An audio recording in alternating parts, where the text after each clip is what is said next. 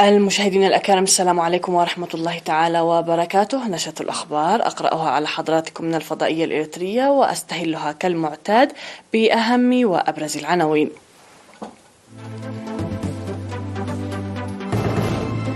وزارة الزراعة توضح هطول أمطار فوق الاعتيادي.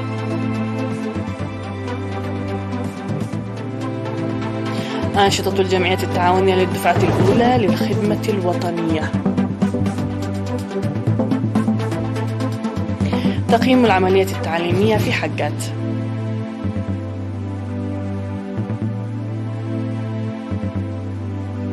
مقتل 17 مدنيا في هجوم استهدف حافلات وسط الصومال. واشنطن تعلن عن صفقة أسلحة لتايوان والصين تطالب بإلغائها. وأردوغان يهدد اليونان بعد تغريدة أشعلت خلافا ثلاثيا بين أنقرة وأثينا والناتو.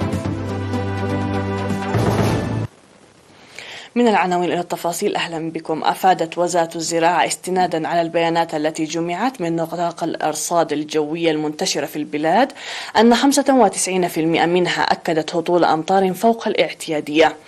وأوضح مسؤول الوحدة المترولوجية الزراعية في وزارة الزراعة سيد تخستولد جبريل أن المعلومات الواردة في شهر مايو من مناخ الخدمات الإقليمية الآنية ذكرت هطول أمطار غزيرة وفوق اعتيادية ابتداء من شهر يونيو لعام 2022 في شمال وشرق إفريقيا، وهذا ينطبق مع الواقع.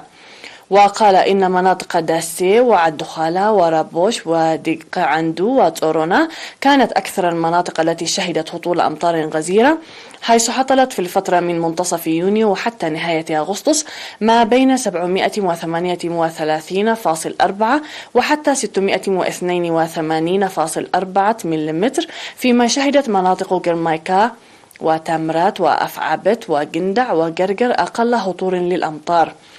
وحول توقعات هطول الأمطار الآنية قال السيد تخسته إن مناطق غربية جنوب غربي ستشهد هطول أمطار فوق الاعتيادي حتى نهاية سبتمبر، فيما يتوقع أن تهطل أمطارا اعتيادية في وسط الهضبة الإريترية.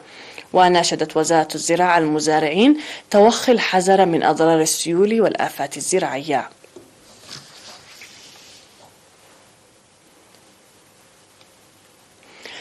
نظمت الجمعية التعاونية لأعضاء الدفعة الأولى للخدمة الوطنية بالتنسيق مع وزارة التعليم في الإقليم الأوسط دورة تدريبية خريفية ل405 من الطلاب، بينهم 180 طالبة امتدت لفترة شهر واحد. وأوضح رئيس الجمعية سيد جمال صالح في مراسم الاختتام التي جرت في 3 من سبتمبر أن الهدف من التقوية التعليمية هو استمراريته بصورة واسعة مستقبلا. وذكر مسؤول التعليم في الإقليم الأوسط الأستاذ بلايها بتجابر أن التعليم المركز على الرياضيات واللغة الإنجليزية للطلاب القادمين من 86 مدرسة، مشيدا بالمبادرة التي أخذتها الجمعية. وأشارت وزيرة السياحة السيدة أسكالو منقاريوس أن تنظيم الجمعية في وقت وجيز مثل هذه الأنشطة يبرز مدى فعاليته، مناشدة دعم المؤسسات الحكومية في كافة أنشطتها.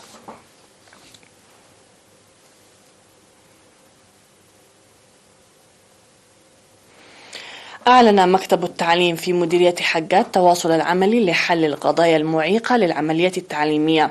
وأوضح مسؤول المكتب بالإنابة الأستاذ إدريس عبدو في التقييم الذي جرى في 30 من أغسطس المنصرم للعام الدراسي 2021 و2022، ووضع برامج السنة الدراسية لعام 2022 و2023. أوضح أن قدم المدارس والكتب وعدم تجمع القرى وعدم وجود أسوار للمدارس وضيق الفصول الدراسية من بعض الإشكاليات المحتاجة للحل.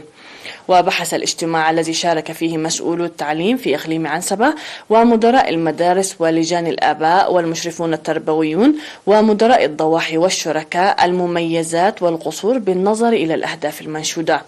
وأشار التقرير المقدم في الاجتماع إلى وجود 37 مدرسة من رياض الأطفال وحتى المرحلة الثانوية، وانتقال مدرستي بادوب وعد أري إلى المرحلة المتوسطة، وأن نسبة النجاح بلغت 81%، وتطوير في برامج التعليم. ودعا مسؤول التعليم في إقليم عسبة الأستاذ كفلاي عند ميكائيل في ختام الاجتماع لتقوية العلاقة بين أولياء الأمور والمعلمين والطلاب للدفع بالعملية التعليمية والمراقبة الجادة في مكان العمل، موضحا وجود برنامج لنقل مدرسة كرمد المتوسطة إلى المرحلة الثانوية، مناشدا أولياء الأمور لإرسال أبنائهم إلى المدرسة مع بدء العام الدراسي.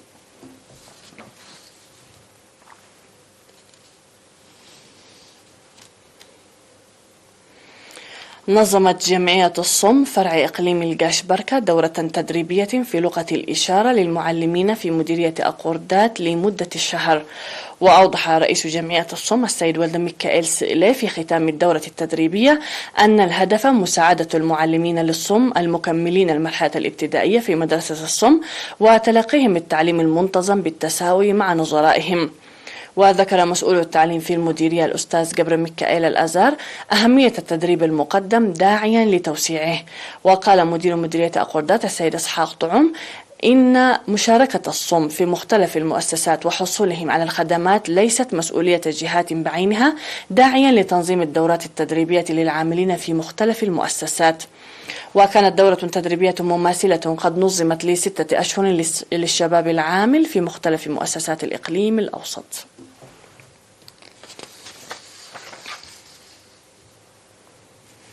مشاهدينا الكرام، نعود مع الأنباء العالمية بعد هذا الفاصل، فابقوا معنا.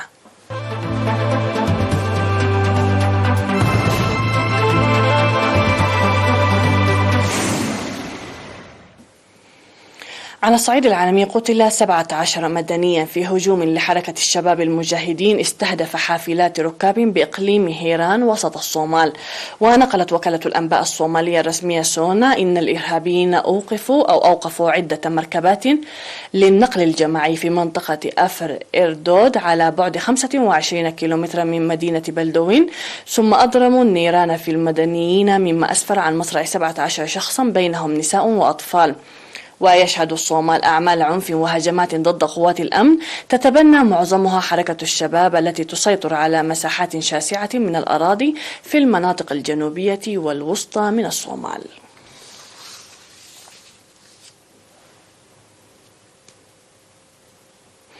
أعلنت الولايات المتحدة عن صفقة أسلحة جديدة قيمتها 1.1 مليار دولار لتايوان في محاولة لتعزيز دفاعاتها وسط تصاعد التوتر مع الصين التي تعتبر الجزيرة جزءا من أراضيها. وتأتي صفقة بيع الأسلحة الجديدة هذه بعد شهر على زيارة رئيسة مجلس النواب الأمريكي نانسي بيلوسي لتايوان، في خطوة أثارت غضب بكين التي أطلقت إثر الزيارة أكبر مناورات عسكرية بتاريخها حول الجزيرة. وقد توعدت بكين على لسان المتحدث باسم سفارتها في واشنطن باتخاذ إجراءات مضادة إذا لم تتخلى الولايات المتحدة عن صفقة الأسلحة الجديدة. ووافقت الإدارة الأمريكية على هذه الصفقة مع تايبيه والتي تشمل 60 صاروخا من طراز حرب قادرا على إغراق سفن حربية، و100 صاروخ قصير المدى من طراز سايد ويندر قادر على اعتراض صواريخ أو طائرات دون طيار بحسب ما أوضحت وزارة الخارجية الأمريكية. وتعليقا على الصفقة أكد البيت الأبيض أنه سيزود تايوان بما تحتاجه للحفاظ على قدراتها الدفاعية في ظل استمرار الصين بزيادة الضغط عليها.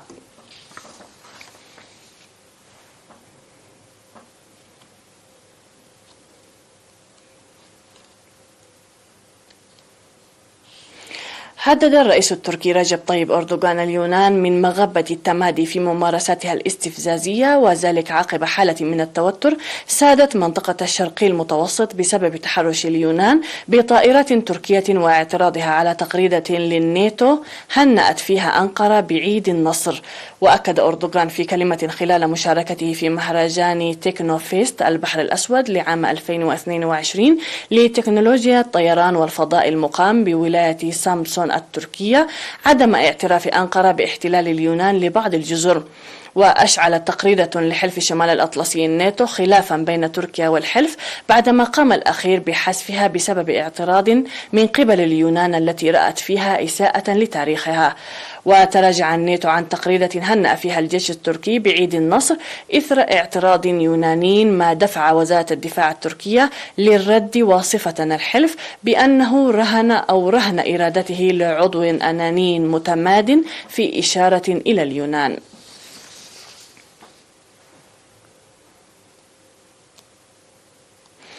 أعلنت شركة لوفتانزا الألمانية استئناف رحلاتها بعد انتهاء إضراب نفذه الطيارون استمر 24 ساعة، وتسبب الإضراب في إلغاء أكثر من 800 رحلة، وتضرر من ذلك 130 ألف مسافر.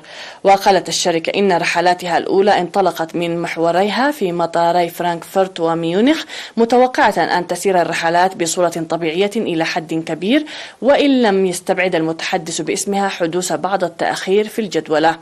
ونتج الأضرار عن نزاع بين الشركة ونقابة العمال بشأن زيادة أجور الطيارين العاملين في مجالي نقل المسافرين والشحن البالغ عددهم أكثر من 5000 بسبب ارتفاع معدل التضخم. وقالت إدارة الشركة إن مطالب النقابة ستؤدي إلى زيادة تكلفة أجور الطيارين بنسبة 40%.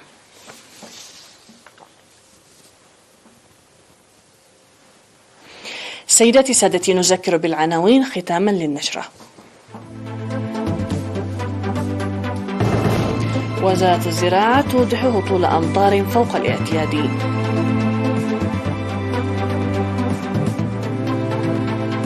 أنشطة الجمعية التعاونية للدفعة الأولى للخدمة الوطنية. تقييم العمليات التعليمية في حجات.